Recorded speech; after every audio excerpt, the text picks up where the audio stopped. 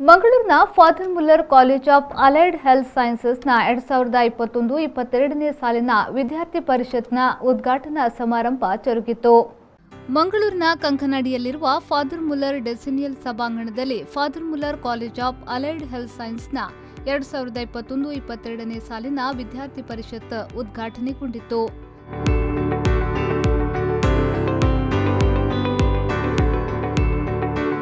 ಕಾರ್ಯಕ್ರಮದಲ್ಲಿ ಮುಖ್ಯ ಅತಿಥಿಗಳಾಗಿ ಪಾಲ್ಗೊಂಡು ಮಾತನಾಡಿದ ಪಶ್ಚಿಮ ಶ್ರೇಣಿ ಭ್ರಷ್ಟಾಚಾರ ವಿರೋಧಿ bureau police superintendent C A Simon ಅವರು, ನಾಯಕತ್ವ ಗುಣವನ್ನು ಬೆಳೆಸುವ ನಿಟ್ಟಿನಲ್ಲಿ ವಿದ್ಯಾರ್ಥಿ ಪರಿಷತ್ ಅಗತ್ಯವಿದೆ.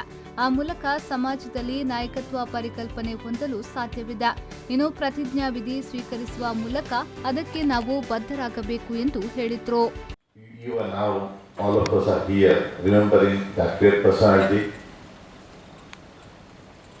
Because of his leadership, he was just like all of us, but the character made him great. That is all about leadership. He has provided opportunities for the generations. That is leadership. All this because lack of morality and ethics in every sphere and every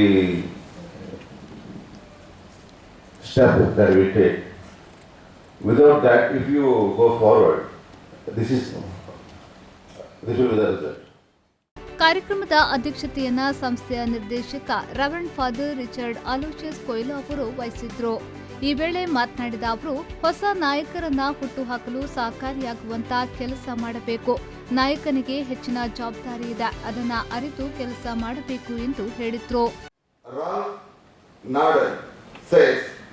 The function of leadership is to produce more leaders, not more flowers. So you, the council members, you are the leaders. In order to produce more leaders and not flowers. Remember, this is a great responsibility. As you said, service through action. I request all of you to render your service with pride, because the institution, the college has given you this opportunity. You are called to be leaders.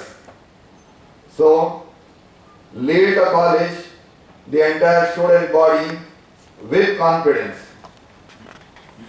You are called to inspire all your fellow human beings, especially to motivate and inspire your own colleagues. Father Muller College of Allied Health ಸೈನ್ಸ್ನ dean Urban J A. D'Souza ಅವರು ಸ್ವಾಗತಿಸಿ, ತದ ಬಳಿಕ ಅವರು ನೂತನ ಸಾಲಿನ ವಿದ್ಯಾರ್ಥಿ ಪರಿಷತ್ ವಿದ್ಯಾರ್ಥಿಗಳಿಗೆ ಪ್ರತಿಜ್ಞಾವಿಧಿ ಬೋಧಿಸಿದರು.